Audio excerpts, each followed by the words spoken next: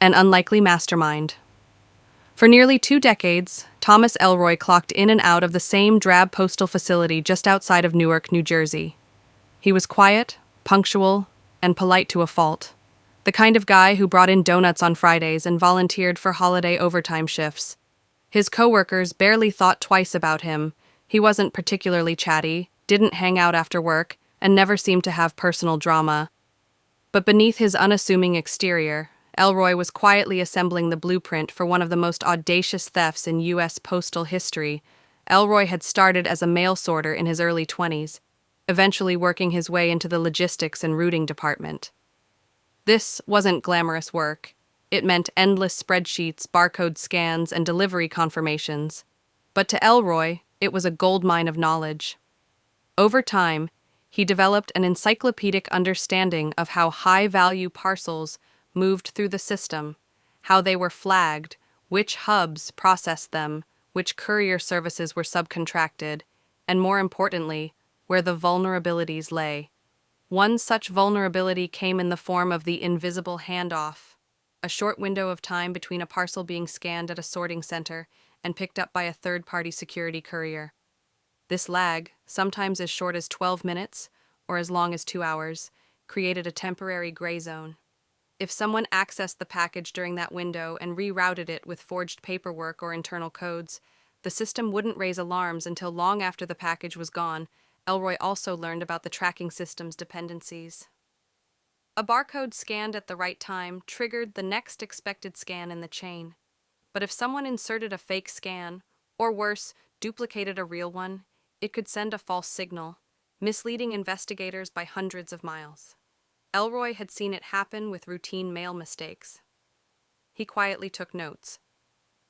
Over the years, he earned the trust of supervisors who saw him as a diligent, reliable worker. He gained limited but potent access to the secure handling area, where parcels insured for millions passed through. While few employees were even aware that precious metals, including gold bullion and collector-grade coins, were regularly shipped via insured registered mail, Elroy knew every detail, from the form numbers to the packaging seals to the vault handling protocols. It wasn't hard for someone like him, someone invisible, to become essential. He was the guy who stayed late to fix a manifest error or walked across the facility to check on a missed scan. So when a shipment of gold scheduled for transfer between a New York bank and a private security vault was quietly misrouted and vanished without a trace, no one even thought to question the friendly postal worker who'd helped file the very report of its disappearance. By the time anyone realized the scope of the theft, Thomas Elroy had already disappeared. Planning and execution. It began with a form, not a suspicious one, just an ordinary shipping manifest that passed through Thomas Elroy's desk like hundreds before it. But Elroy knew what to look for: the cryptic insurance codes, the weight and declared value discrepancy, the rare, registered, restricted delivery tag. These weren't textbooks or electronics. This was something much heavier and far more valuable. Cross-referencing the manifest details with internal logs and routing data, Elroy confirmed it. A shipment of gold bullion valued at just over $8 million was scheduled to move from a Federal Reserve satellite facility in New York to a private vault in Chicago. The shipment, packed in 3 tamper-proof cases, was set to pass through his facility as part of its routine transfer chain. That's when Elroy began laying the groundwork. He studied the route history, knew which day of the week saw the least scrutiny, and even analyzed which security staff were on shift, some more diligent than others. Most critically, he pinpointed a 2-hour window during which the gold would sit in a secure cage awaiting pickup by a private armored courier. That was the soft spot. Elroy's plan hinged on exploiting a logistical blind spot, one that only someone inside the system could recognize. He generated a duplicate shipping manifest using a slightly modified destination code, an internal rerouting tag used during weather emergencies or routing conflicts. Normally, any changes to a shipment like this would require supervisor clearance, but Elroy had slowly gained elevated access over the years. No one questioned his system override when he logged the change under a maintenance clearance protocol, which was rarely reviewed in real time. He prepared a falsified transfer form and timed the diversion for the night shift. when staffing was light and most senior supervisors were off-site. During the critical 2-hour window, he used his access card to enter the secure handling area under the pretense of logging an audit discrepancy. He scanned the cases, triggering the next tracking step as if they'd been picked up by the courier. Then, using a prearranged crate and a concealed hand truck, he moved the shipment to a previously cleared exit route near the loading docks, a route used regularly by sanitation crews and often ignored by security monitors. The precision was surgical. He exploited a minor software glitch that had been flagged weeks earlier but never patched, a quirk that allowed the system to accept a tracking scan, even if the GPS signal didn't fully match the expected handoff location. To the system, everything appeared normal. By the time the actual courier arrived to collect the gold, the scan had been logged, the cases were gone, and the security footage, accidentally overwritten, according to Elroy's own maintenance ticket, offered no answers. Within 30 minutes, confusion spread through the facility. Within 2 hours, internal audits were underway. But by then, Elroy had vanished. The shipment wasn't just missing, it was untraceable, ghosted within the very system designed to track it, and no one saw it coming. Evading detection. Thomas Elroy knew the hardest part wouldn't be stealing $8 million in gold. It would be disappearing afterward. While investigators scrambled to determine how the shipment vanished, Elroy was already several moves ahead. His exit strategy had been in the making for years, constructed as meticulously as the heist itself. He didn't just disappear, he misled, misdirected, and misinformed, creating a smokescreen so effective that even the FBI struggled to separate truth from fiction. The first thing investigators saw was chaos. Just 2 hours after the missing gold was discovered, an anonymous tip was phoned in to local police about a break-in at a warehouse not far from the Postal facility. Surveillance showed a man wearing a stolen USPS jacket forcing entry. It was a classic smash and grab, boxes tossed, locks broken. A mangled shipping container sat open, its contents rifled through. Police assumed a botched robbery, but it was Elroy's decoy. He had staged the break-in the night before, timing it to coincide with the disappearance of the gold. Everything about the scene was designed to throw suspicion elsewhere. Fake prints planted on a crowbar, an intentionally discarded piece of fake ID, and even a stolen wallet left near the entrance, all pointing to a local known for petty theft. The strategy worked. Investigators wasted nearly 2 full days chasing down a man who, it turned out, had been in jail the night of the heist. Meanwhile, Elroy's real escape was already in motion. Weeks prior, he'd begun erasing himself digitally. He'd stopped using his personal cell, favoring a series of burner phones purchased with cash from different cities. Each was used only once, only briefly, and never near his home or work. His internet activity was routed through multiple VPNs. He kept no social media, used prepaid debit cards, and had slowly liquidated small amounts of cash over the course of 2 years, just enough to avoid raising bank alarms. He also prepared his finances with incredible discipline.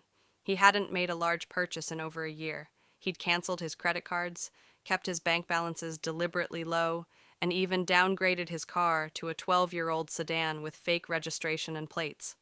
When agents began digging into his history, they found nothing. No recent travel records, no out-of-place spending, no new accounts. It was as if he had simply ceased to exist. Crucially, investigators missed 2 early red flags. First, they overlooked an internal maintenance log Elroy had written himself, the one that covered his presence in the secure cage during the handoff window. It was vague, bureaucratic, and buried among routine entries. Second, they failed to flag the change in the shipment's destination code as a priority error, assuming it was a glitch rather than intentional tampering. Those early hours were all Elroy needed. By the time his name even appeared on a suspect list, his apartment was empty, his car was gone, and a man matching his description was last seen boarding a bus headed west, paying in cash, no luggage, no ID. And then, just like the gold, he vanished. Disappearing without a trace. Thomas Elroy didn't just vanish, he vaporized. His escape was the culmination of a plan years in the making, executed with the kind of patience and precision that suggested he never intended to return. When federal agents finally pieced together the scale of the theft, Elroy was already days ahead, slipping through the cracks of a system he had studied, lived in, and outwitted. The moment the gold left the postal facility under his control, Elroy set his escape plan into motion. He left his apartment the night before the heist with only a small duffel bag, locking the door behind him and leaving a half-full coffee mug on the table. Just another workday. But he never returned. Using a set of forged identity documents he had carefully curated, complete with a social security number linked to a deceased child from the 1970s, Elroy drove a nondescript, unregistered van to a remote storage unit 80 miles outside the city. Inside waited everything he needed: prepaid phones, a new wardrobe, fake passports, and over $200,000 in converted cash. The bulk of the stolen gold was never traced. Investigators believe Elroy melted down portions of it into untraceable lumps or transported it via freight under falsified customs declarations. Some speculate he may have used black market contacts, perhaps former disgruntled employees or online anonymity markets, to sell or trade the gold in small amounts over time. Whatever the case, no significant portion of the $8 million has ever been recovered. From the storage unit, Elroy traveled light, moving across state lines with forged license plates and ID. Within 48 hours, he was believed to be in Texas. Within 72, possibly Mexico. But that's where the trail ends. Several tips emerged, one from a truck stop in Laredo, another from a bus terminal in El Paso, but none were verified. Surveillance cameras either didn't exist or were mysteriously non-functional. Even facial recognition scans turned up nothing. Elroy had prepared for that too. He'd grown a beard, lost weight, and altered his posture and gait. Theories abound. Some say he headed for Eastern Europe, where extradition laws are murky and cash can go a long way. Others believe he vanished into Latin America, perhaps using a smuggler's route through the jungles of Guatemala or Nicaragua. A few even suggest he's hiding in plain sight, off-grid in the U.S., living under an alias in a rural town where no one asks questions and cash is king. Despite a full-scale investigation involving the FBI, U.S. Postal Inspection Service, and even Interpol, every lead has gone cold. Elroy left no digital trail, no banking activity, and no communications that could be traced. His financial records were scrubbed clean, and his phone had been off for days before the heist. What little security footage investigators found was grainy, inconclusive, and often corrupted or missing, almost as if someone had planned for that too. In the end, Thomas Elroy didn't just escape with $8 million in gold. He escaped the system itself, erasing his identity, rewriting his future, and proving that sometimes the perfect crime isn't committed with a weapon, but with patience, access, and total invisibility. Mystery, myths, and a case. Still open years have passed since the morning $8 million in gold vanished from a secure U.S. postal facility without a trace, and with it, Thomas Elroy, the quiet postal worker turned criminal mastermind. The case remains open, technically active, and completely unsolved. For law enforcement, it is a humiliating reminder that even the most secure systems have human blind spots. For the public, it's become something else entirely, a modern legend. Despite exhaustive efforts, federal investigators have found little to build on since Elroy's disappearance. The FBI continues to field leads, though most are dead ends, anonymous tips, alleged sightings, or unverifiable claims that someone matching Elroy's description was spotted in Belize, Bulgaria, or Bakersfield. Forensic accountants, digital analysts, and postal investigators still comb through financial transactions, old facility records, and customs reports in hopes of uncovering a breadcrumb he may have missed. So far, they've come up empty-handed. The gold hasn't resurfaced in any form, and no large cash transactions have triggered red flags. The trail is cold, the money is gone, and Elroy, if he's still alive, is free. In the void of hard evidence, the public's imagination has taken over. Online forums are flooded with amateur theories and conspiracies. Some claim Elroy faked his death and is buried under a false name in a desert town. Others insist he had help, an accomplice on the inside, or even protection from a shadowy criminal network.